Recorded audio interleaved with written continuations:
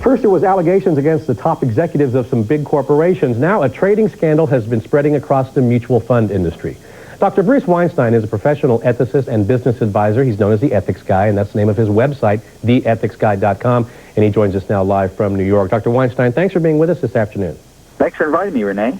Mutual funds were supposed to be the safest way for me to invest my money, for me to, build the retirement nest egg. And now even that is in question. How in the world am I supposed to trust? Is anybody supposed to trust mutual fund managers and these fund companies now?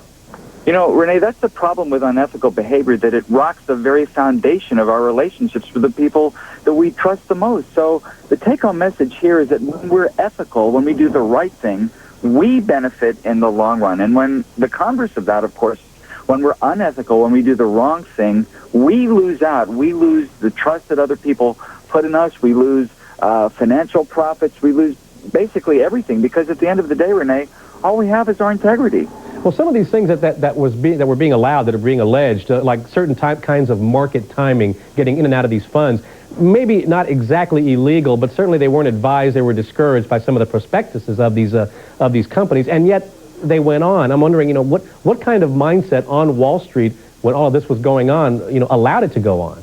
You make a very good point, Renee, because ethics and not the law is the ultimate standard that we should use to make the best possible decision. Because as you point out, sometimes there is no law to speak of, sometimes the laws conflict, and sometimes, quite frankly, the law just gets it wrong. So I hope that the take-home message from not just the mutual fund scandals, but all of these business scandals, is that ethics is the ultimate standard that we should use to make the best possible decision. There's the old line about, the famous bank robber, Willie Sutton, was asked, why do you rob banks? He goes, well, that's where the money is. I'm wondering if that's why you think these funds allowed some of the deeper-pocketed, more richer funds and institutions and fund managers to do what they did here at the expense of the smaller investor, the smaller guy. Just basically greed going on here?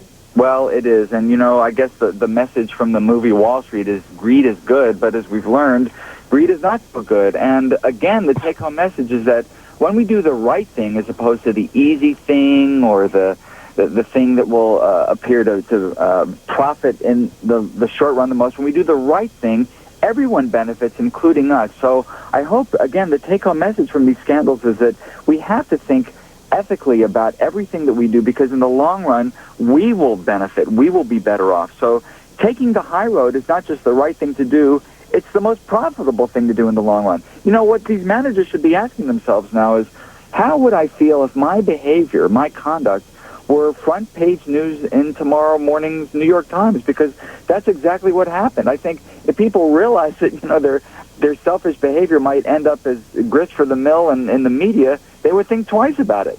Is it ethical for me to want to punish Wall Street for doing all this? I mean, I still want to use the markets to invest, but I want to send a message in some form or fashion that I'm not going to tolerate this kind of behavior. Smaller investors, there needs to be some outrage here, I would think. Is that okay for me to want to do that?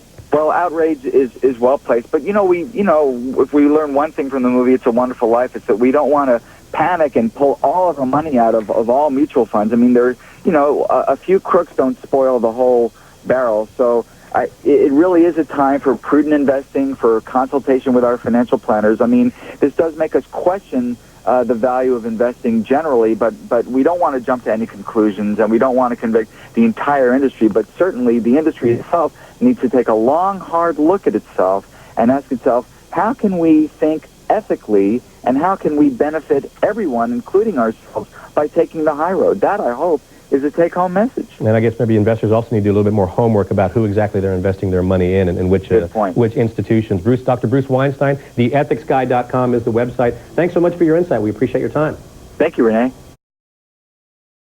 Dr. Bruce Weinstein is author of Ethical Intelligence, 5 Principles for Untangling Your Toughest Problems at Work and Beyond. Now available at your favorite bookseller.